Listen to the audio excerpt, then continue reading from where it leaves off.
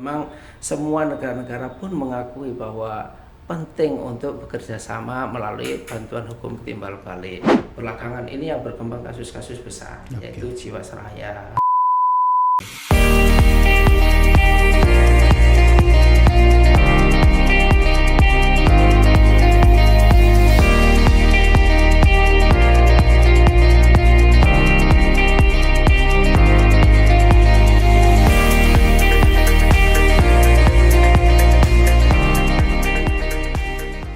Pak Tudiono. Pagi, Pak. Sehat, Pak? Sehat, alhamdulillah. Pak Tudiono ini sebagai sekarang Direktur Otoritas Pusat dan Hukum Internasional, Direktorat Jenderal Administrasi Hukum Umum, Kementerian Hukum dan HAM. Ini banyak nih Pak Tudiono, tugasnya banyak sekali tuh di Otoritas Pusat dan Hukum Internasional. Salah satunya yaitu mengenai Mutual Legal Assistance ya Pak ya. Betul Pak. Nah, itu. Ini banyak nih Pak, sebetulnya kita sering dengar MLA, Mutual Legal Assistance, tapi sepertinya masyarakat pengen tahu lebih banyak. Apa sih itu MLA Pak? Iya betul Pak Ses. Ini MLA ini salah satu yang mungkin beberapa orang sudah memahami, tapi juga banyak sekali masyarakat yang memang belum memahami, terutama juga masyarakat yang bergerak di bidang hukum, terutama juga masyarakat yang bergelut di bidang penegakan hukum di daerah itu. Mereka mungkin perlu untuk memahami apa itu mutual legal assistance. Mutual legal assistance itu sendiri di dalam bahasa Indonesianya adalah bantuan hukum timbal balik. Jadi ini mekanisme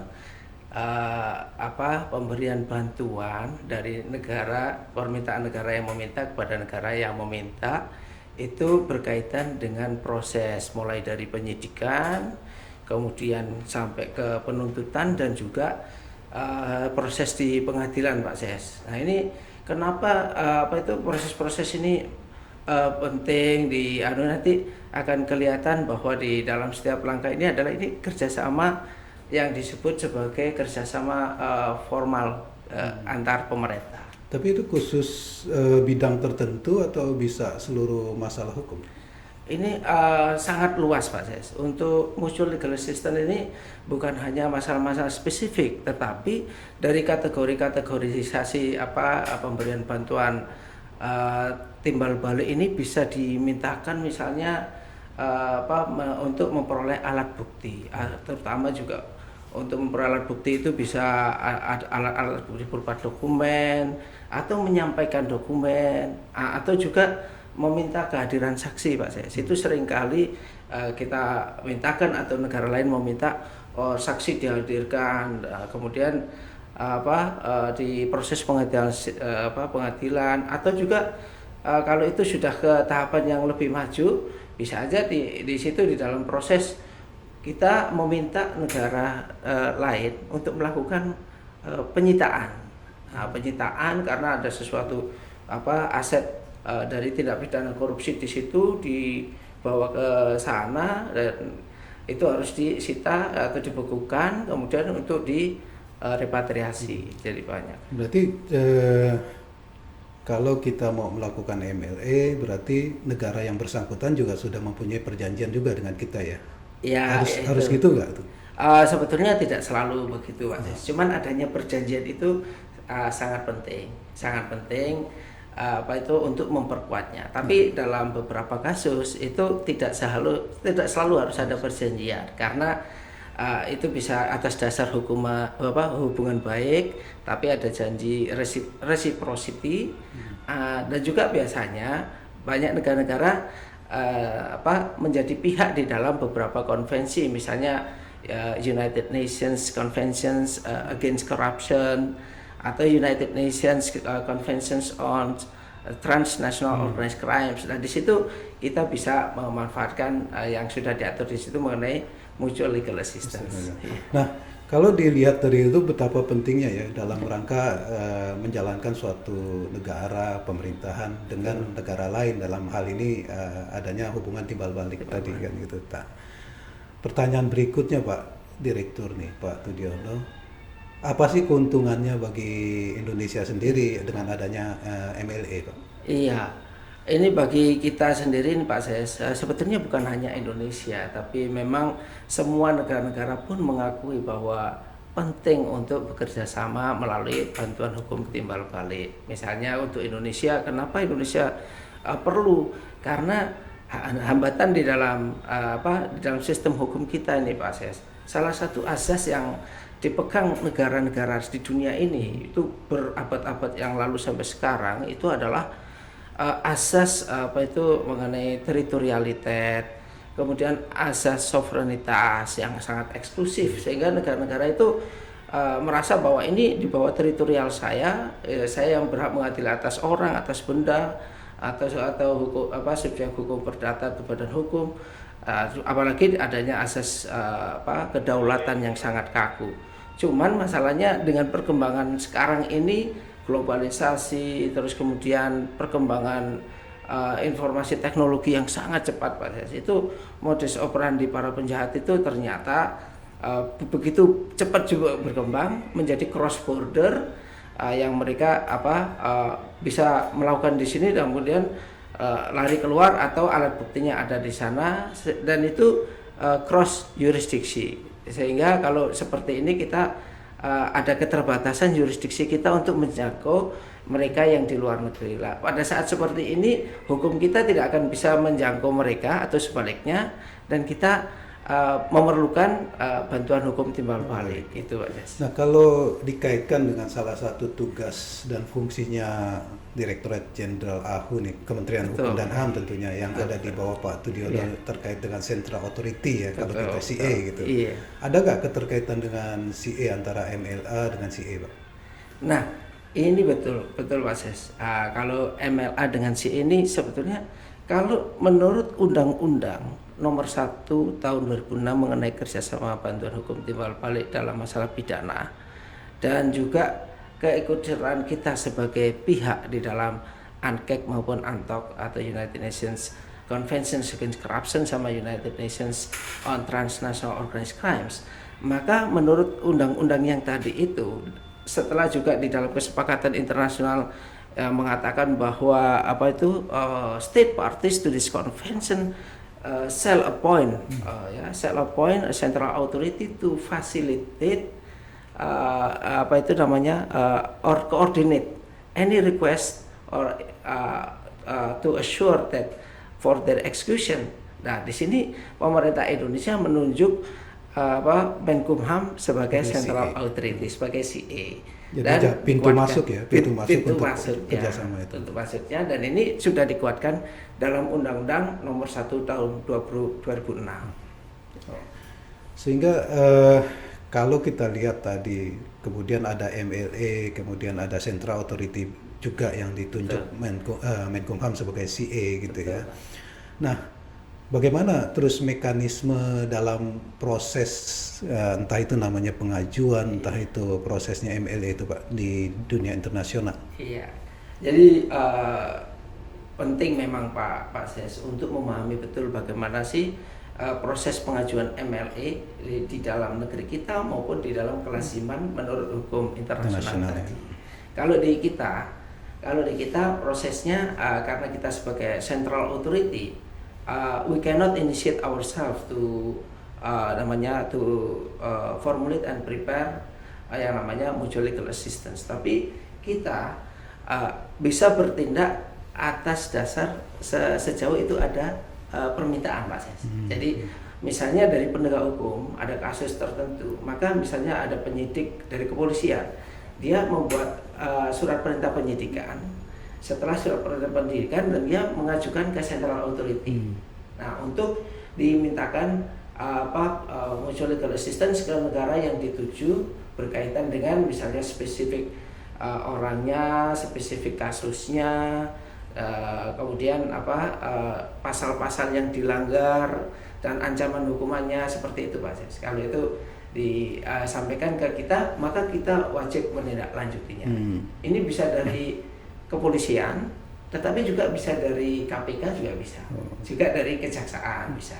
Dalam MLA itu biasanya instansi-instansi kita Pak yang sering terlibat tuh instansi mana aja tuh Pak? Oh, ini yang banyak sekali terlibat itu Kalau dari kepolisian banyak sekali Banyak, ya. berkaitan dengan tindak pidana. Sekarang ini tindak pidana kan macam-macam.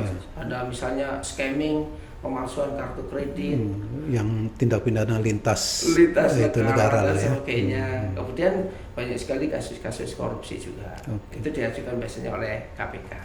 Nah, yang dari pengalaman Pak Tudiono nih mengawal baik itu MLA yang sudah jalan maupun perjanjian-perjanjian yang akan dibuat dengan negara-negara lain terkait dengan MLA ya.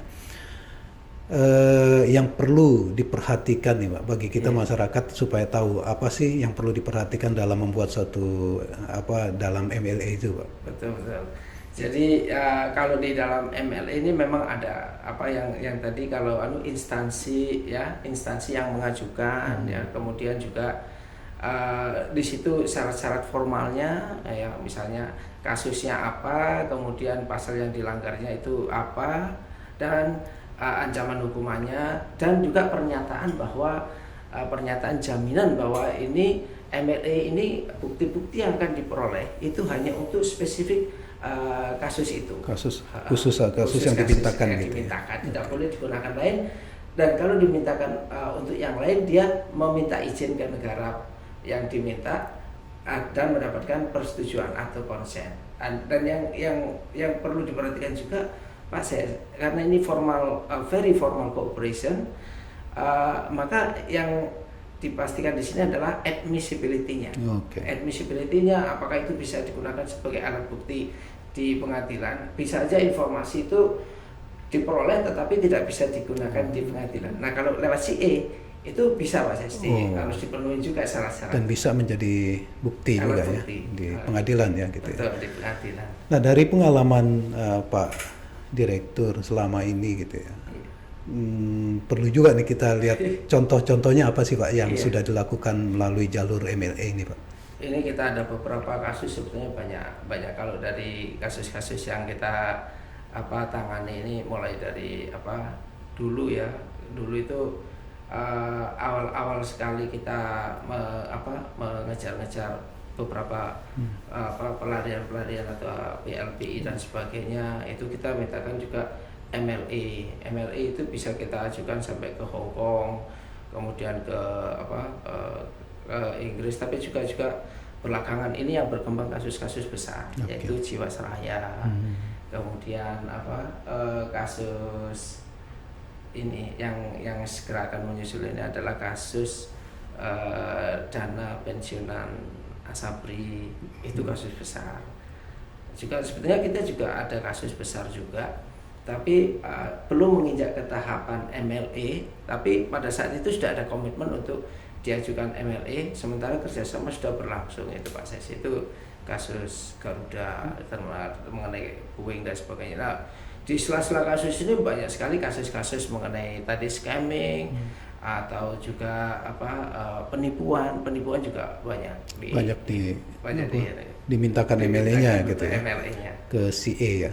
Nah, ini barusan ini kalau mengenai kasus obat-obatan, nah itu juga penyalahgunaan obat-obatan, itu juga ada permintaan dari Filipina berupa ini bukan obat-obatan tapi terkait dengan pelaku yang sedang dijatuhi hukuman mati di Indonesia, yaitu dari Filipina, dan dia terikat dia penting sebagai salah satu saksi kunci untuk TPPO, tindak pidana tindak pidana kejahatan terhadap orang, yaitu pencucian orang, trafficking. Ya, itu trafficking.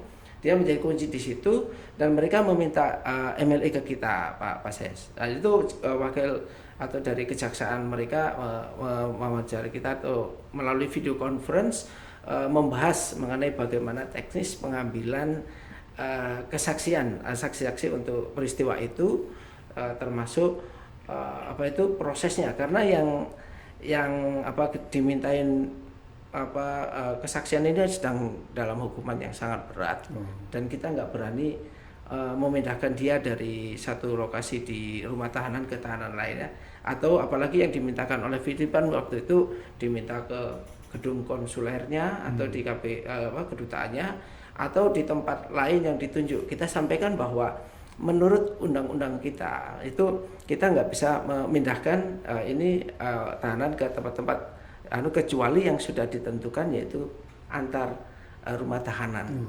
Oh, itu demi keamanan, keselamatan itu ya. Betul. Dihitung juga ya. Dihitung juga, Pak. Nah, menarik memang ketika tadi di awal juga Pak Direktur nih menyebutkan bahwa MLA itu bisa yang sudah dibuatkan perjanjian. Antar negara gitu, bilateral, kemudian ada juga yang belum tapi jalan. Misalnya seperti kemarin tuh dengan Serbia misal, seperti itu ya. Itu kita nggak punya. Iya, nggak punya, tapi karena hubungan baik Pak Menteri negara dengan negara Serbia bisa dilakukan kerjasama di bidang penegakan hukum. Nah, sebetulnya ada nggak perbedaan antara yang sudah ada perjanjian MLA dengan yang belum, Pak, sebetulnya? Ini kalau treatment kalau kita belum ada perjanjian MLA itu, kalau kita dimintain negara-negara lain yang kita belum ada perjanjian MLA, tetap kita perhatikan dalam kerangka semangat untuk bersama-sama mengatasi atau menanggulangi kejahatan internasional, itu semangatnya. Juga kalau kita meminta ke negara-negara lain, kita atas dasar hubungan baik, resiprositas dan sebagainya, itu kalau mereka sepanjang hal-hal itu bisa dipenuhi, biasanya dipenuhi, Pak Ses. Cuman kalau dengan adanya perjanjian bilateral itu mereka akan lebih kuat komitmennya, Pak Ses. Biasanya di situ kan umumnya pasal-pasal yang ada di situ itu menjadi undang-undang bagi negara itu sendiri. Jadi mereka akan meminta bahwa based on our misalnya treaty that we already have, itu requested country shall provide misalnya assistance apa-apa, nah itu mereka akan mengejarnya sampai ke situ. Lebih leluasa lah ya kalau mengejarnya gunakan pasal-pasalnya. Nah, ini sebagai masyarakat tentu ada pertanyaan gini, Pak. Saya pun bertanya nih. Sebetulnya MLA ini apa keterkaitannya dengan ekstradisi? Ini kan hampir mirip nih kalau menurut saya gitu, tapi mungkin itu kan mungkin beda. Apa sih, Pak, keterkaitan dengan MLA, Mutual Legal Assistance, kemudian ada juga ekstradisi antar negara misalnya gitu. Apa tuh, Pak, biasa? Nah, ini memang memang kadang-kadang kita bisa mix up ya, karena ini memang unsurnya hampir dipenuhi sama kerjasama lintas negara, juga di dalam hukum dan sebagainya, dan juga sama-sama kerjasama sangat formal. Nah, ini kalau yang membedakan itu pasti kalau ekstradisi ini sebetulnya lebih ke ini kerjasama hukum, tetapi lebih ke pengembalian orangnya. Jadi ini lebih ke orangnya, sementara kalau mutual legal assistance bukan ke orangnya. Makanya kalau mutual legal assistance itu salah satu syaratnya kalau dia di dalam konteks ekstradisi itu misalnya untuk mutual legal assistance, kalau dia meminta orang itu yang ada di sana kemudian diekstradisikan, maka biasanya akan ditolak. Seperti juga untuk hukum kita. Jadi ini lebih ke buronannya, tapi juga sifatnya cross border, lintas negara. Biasanya kalau kita dulu ada kasus Maria Pauline yang lari. Nah, itu orangnya lari ke Belanda, pertama ke Singapura, ke Belanda, kita kejar dengan pengajuan ekstradisinya, Pak Ses. Sampai akhirnya ketangkap di Serbia. Wah, menarik. Nih, tapi ekstradisi nih kalau kita kaji lagi banyak lagi nih obrolan kita. Tapi kalau bisa Pak Dir nanti secara khusus nih ekstradisi kita mintakan waktunya lagi. Pak, dengan senang hati, Pak. Untuk kita bisa share ilmu ke masyarakat, informasi yang perlu diketahui. Terima kasih Pak Dir. Terima kasih banyak atas waktunya. Pak Ses.